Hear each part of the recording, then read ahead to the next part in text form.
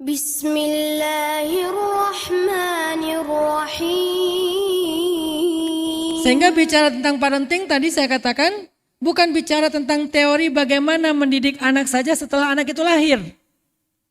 Tapi bahkan dimulai dari sejak awal menginginkan punya anak, baik sebelum menikah apalagi setelah menikah. Dengan keinginan yang kuat, dengan harapan yang besar, dengan konsistensi yang lama, terus menerus berharap kepada Allah, pada akhirnya Allah Subhanahu wa taala mengabulkan. Bahkan Nabi Zakaria ketika kan Nabi Zakaria ini yang merawat Sayyidah Maryam. Jadi kalau secara nasab Sayyidah Maryam itu adalah ponakannya Zakaria. Karena istri Zakaria dengan istri Imran itu adik kakak. Berarti Maryam adalah ponakan Zakaria. Suatu hari ketika Zakaria datang ke dalam mihrabnya Sayyidah Maryam, mihrab itu tempat ibadahnya Maryam. Lalu Zakaria datang membawa makanan karena yang memberi nafkah makanan sehari-hari itu Zakaria. Ketika Zakaria datang membawa makanan, Zakaria kaget karena di dalam kamarnya Maryam ada makanan yang lebih baik daripada yang dibawa oleh Zakaria. Sehingga Zakaria bertanya, "Ya Maryam, anna laki hadza?" Wahai Maryam, kamu dapat dari mana makanan ini? Apa jawaban Maryam kecil, masih umur di bawah 10 tahun, anak SD. Udah beribadah di mihrab. Apa jawaban anak SD yang kecil ini yang luar biasa soleha ini? Jawabannya ketika ditanya, dari mana engkau dapatkan makanan ini wahai Maryam? Bukankah selama ini paman yang membawa makanan kepadamu? Apa jawaban Sayyidah Maryam? Huwa min indillah. Makanan ini dari Allah langsung. Dikirim dari surga. Langsung, tidak pakai beli di pasar. Gak pakai GoFood, GrabFood. Nggak ada, benar-benar datang dari surga. Huwa min indillah, ini dari Allah.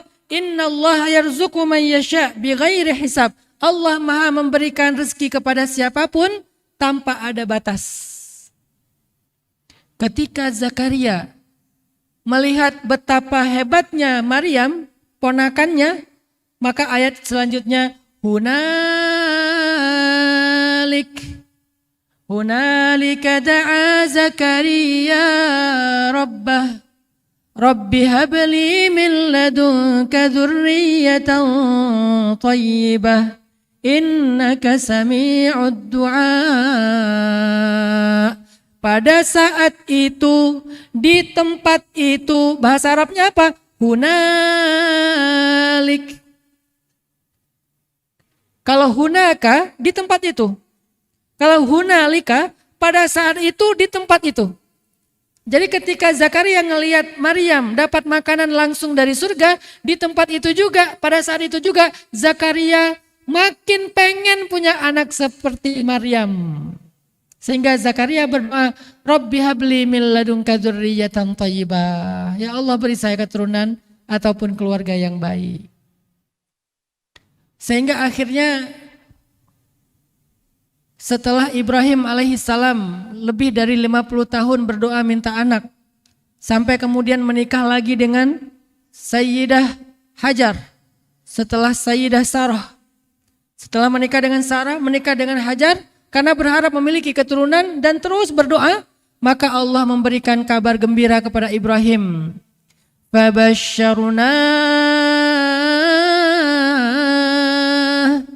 Fabashsharnahu bighulamin halim.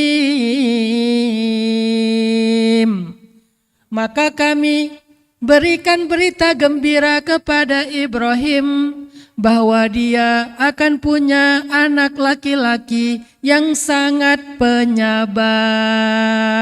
Coba. Belum ada parenting, tapi anaknya udah jadi. Belum ada kurikulum, belum ada program, belum disekolahin, tapi udah punya sifat. Apa sifatnya? Halim, sangat penyabar, nggak pernah marah. Ini rahasia besar nih. Kalau kita bertanya gimana mendidik anak biar nggak emosi, biar nggak temperamen, biar nggak tantrum, biar nggak marah-marah, biar nggak kasar, biar nggak suka mendebat orang tua. Kita bicara tentang kurikulum, kita bicara tentang program. Padahal Al-Quran sudah menyinggung itu, bahkan itu bisa dilakukan sebelum anak itu lahir. Fabasyarna, kami berikan berita gembira kepada Ibrahim. Dengan apa? Bighulam, anak laki-laki, gulamin halim, anak laki-laki yang sangat penyabar. Halim, hilmun, itu sifat penyabar yang tidak mudah marah. Apakah cuma satu? Dikasih lagi dengan berita gembira kedua. Bighulam,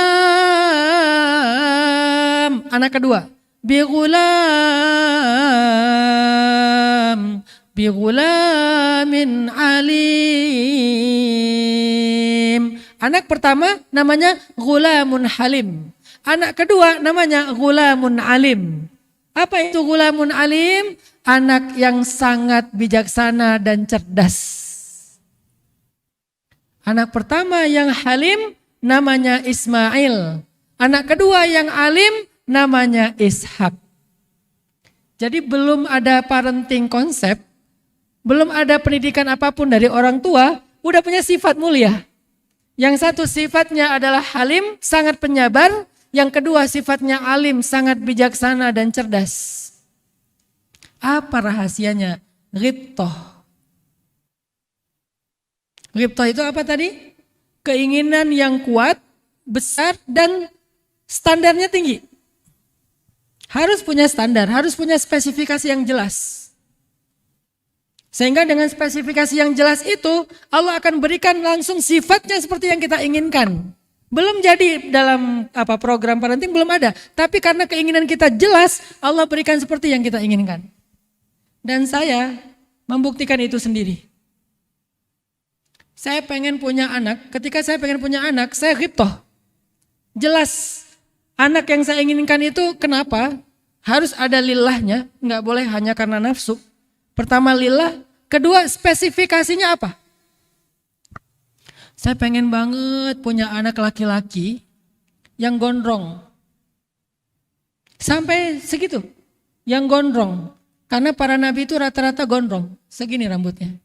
Dan ketika saya bikin sekolah rimba Indonesia, peraturannya nggak boleh melarang anak untuk memanjangkan rambut. Saya orangnya out of the box. Kalau di banyak sekolah harus pendekin rambut katanya biar rapi, menurut saya justru para nabi itu simbol kerapian. Teladan dalam kerapian dan mereka gondrong segini. Sehingga Yahya gondrong. Ada anak angkatan kedua, karena ini baru 2 angkatan, Yahya sekarang naik kelas 2, kelas 1-nya. Dia datang pas tes sekolah rimba kita, tesnya 2. Pertama tes sosial emosional, yang kedua tes Al-Quran. Enggak ada tes yang lain. Nah pas dia datang rambutnya gondrong, saya udah langsung tertarik. Wah ini bagus nih, jadi model kelas 1 nih. Karena Yahya udah di angkatan pertama, di angkatan kedua udah ada juga yang gondrong. Pas dia udah lulus, sama neneknya dipotong. Saya yang teriak, aduh kenapa dipotong? Saya pikir kalau di sekolah itu masuk SD harus rapi, makanya sama neneknya suruh potong. Wah padahal di sekolah kita justru dia diterima gara-gara gondrong. Artinya saya pengen punya anak laki-laki gondrong, lembut, detail. Dan saya akan kasih dia nama favorit saya, yaitu Yahya Ayyash. Bahkan udah punya nama. Namanya Yahya Ayyash. Saya doa di Masjidil Haram pas lagi umroh. Rabbi habli min ladunka waliyah. Ismuhu Yahya. Akhirnya pulang umroh istri saya hamil. Hamilnya ringan banget. Ini anak ketiga. Dua kakaknya gak seringan ini. Ringan, gak ada komplain, gak ada keluhan, nyaman. Lahirnya 9 Zulhijjah, Yaumu Arafah, pas sepertiga malam terakhir, ketika kita sedang tahajud, istri saya lahiran, gak ada suara. Gak ada, gak ada. Lahir irama, suaranya pakai irama. Hah? Ini udah ada iramanya nih. Baru lahir, lembut.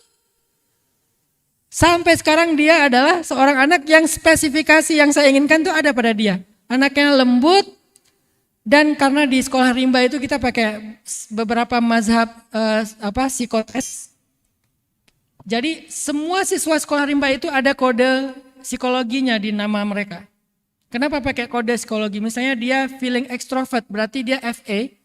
Yahya Ayyash FA. Kenapa? Biar gurunya tahu bagaimana berkomunikasi dengan anak feeling. Yang berbeda berkomunikasi sama anak thinking. Berbeda komunikasi sama anak insting dan seterusnya. Jadi kan guru gak hafal semua siswa. Ini anak apa? Makanya di namanya itu ada kode. Oh Yahya FA, feeling extrovert. Sehingga dia lembut banget. Kalau bicara sama Yahya itu harus pakai bahasa perasaan. Gak boleh saya menegur Yahya dengan bahasa saya. Saya thinking extrovert. Bikin program, bikin sistem, orang thinking. Dia feeling. Sehingga kalau Yahya berbuat salah, saya akan bilang, Yahya kalau Yahya kayak gini, Baba sedih. Nah itu kena di dia tuh. Tapi kalau Yahya kayak gini, nanti Yahya gak akan dapat nilai apa, Yahya gak ngaruh. Tapi kalau misalnya sedih, itu kan feeling, perasaan, oh masuk. Karena dia yang saya doakan adalah anak yang feeling, anak yang lembut, yang kalau berharap namanya itu Yahya Ayyash. Yahya Ayyash itu nama 3 tokoh. Saya gak pernah ngasih nama anak, cari di Google gak pernah. Semua nama anak saya itu standar, nama tokoh. Kenapa nama tokoh? Ghibthah. Saya pengen anak itu seperti tokohnya. Pertama 3 tokoh itu namanya Yahya, Nabi Yahya nanti kita bahas. Yang kedua Ayyash, Ayyash itu sahabat Nabi Muhammad. Yang ketiga Yahya Ayyash adalah seorang tokoh ataupun mujahid Palestina yang ada di Gaza. Insinyur. Yang kemudian dia yang menjadi inspirasi pasukan Brigade Al-Qassam dalam membuat banyak senjata-senjata hebat ya, walaupun dari kaleng, dari bekas-bekas apa, jadi senjata yang membuat Israel kewalahan. Itu Yahya Ayyash, engineer, ditakuti sama Israel. Dan saya ngefans banget sama beliau sehingga saya bilang kalau saya punya anak, saya pengen anak ini jadi engineer, senang penemuan-penemuan, Yahya Ayyash. Sekarang saya tanya sama Yahya, Yahya sebetulnya pengen jadi apa nanti? Pengen jadi profesor, pengen penemuan. Sehingga di sekolah, karena sekolah kita sekolah fitrah, bakat, jadi nggak ada standarisasi, masing-masing anak itu kita mengawal aja mau kemana mereka, kita nggak kasih standar yang sama. Ada yang mungkin lebih ke kayak mereka ngaji nih, baca surat Ad-Duha. Anak thinking, dia ngebahas tentang surat ini ada di nomor sekian, di halaman sekian, di bagian tengah, bagian kanan atau kiri, anak thinking. Kayak feeling, dia ngebahas surat ini tuh tentang apa, dengan storytellingnya, masing-masing mereka pakai caranya. Sehingga salah satu keinginan Yahya di sekolah itu adalah setiap hari harus menemukan sesuatu yang baru, penemuan. Baba, aku hari ini ketemu batu yang aneh loh, warnanya ungu. Padahal itu batu biasa, tetapi ada sesuatu yang baru. Saya akan membesarkan hati, wah keren banget nih abang. Batu apa nih namanya bang? Aku belum tahu batunya, ntar aku cari dulu di Google, batu yang kayak gini namanya apa. Wah dia explore, nyari sendiri. Kenapa? Karena ghibthah. شكرا يا ربي شكرا هديت قلبي شكرا